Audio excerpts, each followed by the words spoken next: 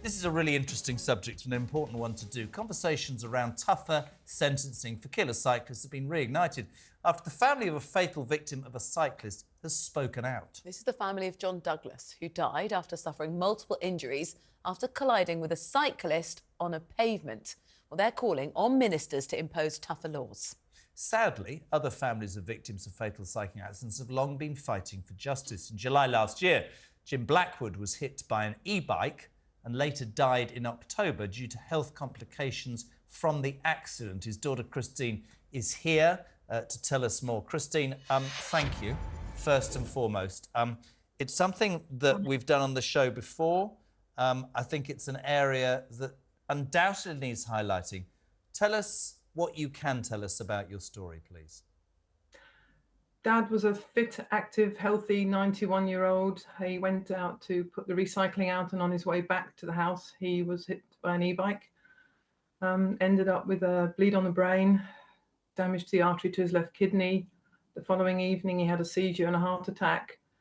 3 months in hospital, came back for 12 days end-of-life care, and he passed away 4 days after my parents' 69th wedding anniversary. First of all, I really, really appreciate you being on. And the reason we're doing it is because this and these stories need dealing with. I'm not even going to disrespect you by saying how has it impacted on you, because I know how it's impacted on you. What I want to know is, if you can, sweetheart, what needs to change? Because I know this, the viewers don't. The laws are ludicrous.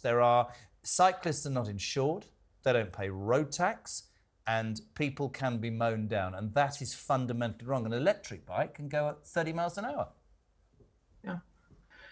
I cannot understand why no government in the past 100 years, and especially this government with so many people now being mowed down by bikes on pavements quite often, why nobody does anything. These cyclists, the rogue element, I'm not talking about all cyclists, but the rogue element, the idiots out there, they're able to ride around with impunity. The maximum they might get is 2 years in prison.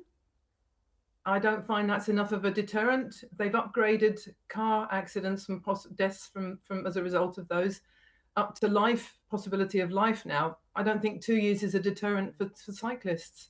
I mean, my mum's lost her partner of 72 years. She's absolutely devastated. And she can't understand how this man who traveled the world for work, he was in the army for 26 years, he cleared mines in Malaysia around about the time I was born in the 50s. He died on the path outside his own house, and she just finds that so difficult to come to terms with. And I just keep hearing about all these cases and wondering why the government will not do anything. Are the cycling lobby really that vital to the government that they're happy to not upgrade any laws? I mean, we're in the 21st century. Sorry, Rosie, go, sorry.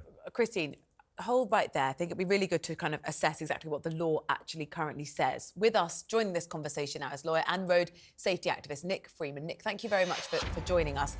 What is the current law if you're driving a bike rather than a car and you cause an accident? Well, that assumes, doesn't it, first of all, they know who caused the accident, because there's no means of identifying a cyclist or an e-bike rider. Because there's no number plate. So with cars, we have a proper system, a legal system of tracking them. With cyclists, they tend to cycle with impunity, because if you don't know who they are and they're not going to wait at the scene, you're never really going to find them. So that's a huge problem. The law is completely inadequate as far as cyclists are concerned. And to answer the question, why is the government not tackling this? I actually started a petition a while ago and just got over 10,000 votes. It's not a vote winner. It's not popular. The cyclists are very vociferous. When Boris was in government, he had a cycling czar who was very keen, and one can understand the green credentials, but one also has to look at, we're sharing road space now. There are more and more cyclists on the road, which is welcome, but we need laws to tackle them. And the reality is, for example, there's no speed limits for cyclists. Yep. There isn't actually a drink-drive limit. There's no drug limit. There is an offence of driving whilst unfit through drink and drugs, but there's no actual limit. So we have this perverse situation now in many cities where cyclists are overtaking cars, and cars would be speeding if they went over 20 miles an hour, but cyclists aren't. So let me ask you this for Christine, and as I say, we did this. I don't remember the gentleman's name. He lost his wife, for goodness sake. just trying desperately to speak to government and get some answers. Explain to me from a legal point of view, Nick, why is it I can be sat at a traffic light, I've got to adhere to the speed limit, I've got to adhere to the red lights, all of that, because I'll go to jail. A cyclist can move from my right across the front of me, straight through the red light, up on the pavement and go. How in the name of the law, without getting angry out of respect for Christine, how the hell has that not changed? It's a disgrace, man. There are tens of thousands of cyclists committing offences every day. So why aren't they stopped? Why aren't they stopped? Who is it? Unless you have a system, I have said to the government, we share road space with e-scooters, with e-bikes, with cyclists. We need to share the law. It needs to be precisely the same law for everyone. That will ensure our roads are much safer. As Christine said, you know, if you're a car driver and God forbid you kill someone, you're now looking at life imprisonment under recent legislation. If you're a cyclist and you kill someone, the maximum penalty, as you've heard, is 2 years under the Offences Against the Persons Act 1861 for wanton and furious cycling.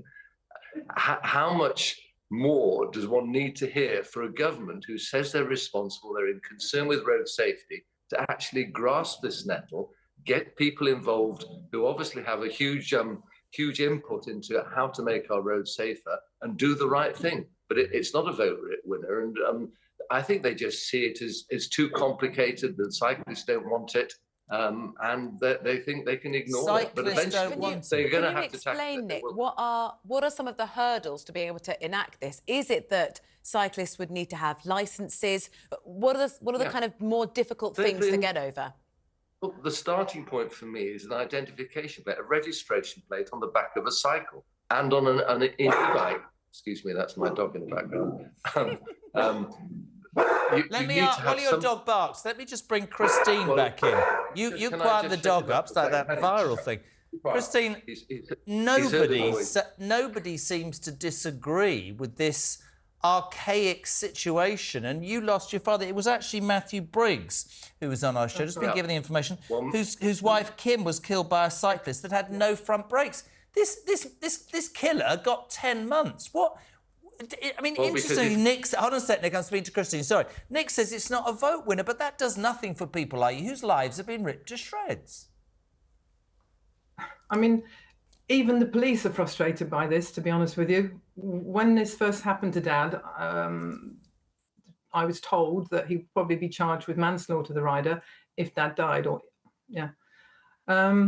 That's not now the case. We're talking furious and wanton driving, which I find absolutely ridiculous. I mean, a lot of people blame the police for this, but it's not. They can only prosecute to the powers of.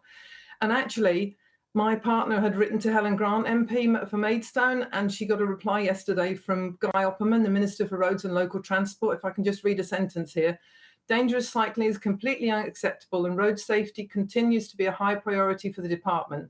That is why there are strict laws in place and the police have the power to prosecute if these are broken. For example, cycling on the pavement and footpaths is an offence under Section 72 of the Highways Act 1835, other than in a designated area such as bridleways and shared use routes. I mean, it's 2024 now. Do something about this. The government wants everyone to be green, wants them to cycle, but they're not prepared to bring the laws up to date to make sure that it's safe. I mean, as a pedestrian, I don't feel safe on the pavement anymore. I walk out of my parents' house because I now have to live with Mum permanently. I'm now her carer because that's what dying did to her. And I have to look up and down the pavement to make sure that I don't get taken out. I was almost taken out by an e-scooter yesterday on Maidstone. It's just ridiculous. I don't get it. Neither do I. Christine, thank you so much for talking so candidly about what's happened to your family. And Nick, for just providing the wider context. It's been invaluable. Thank you both so much. Thank you, gang. It is extraordinary to think, isn't it, that people can be killed by a cyclist. And, of course, she made a really salient point. This is the green lot. This is everybody saying, oh, well, and I lay this at Boris's door. Yes, get on your bicycles. But the truth is, without going over the top here, you use the same roads, The laws are archaic and people are being killed. The laws are being broken, but police turn a blind eye to a red light, a car in a red light. Nick Freeman has got this absolutely right. Cyclists should have registration numbers on them instead of those little cameras they do to have a go at motorists all the time. I'm not sure I don't think it's fair to say the police turn a blind eye to cyclists going through red lights, but I'd say it's obviously easier to commit that offence and then the repercussions aren't as severe. That debate will continue. It will.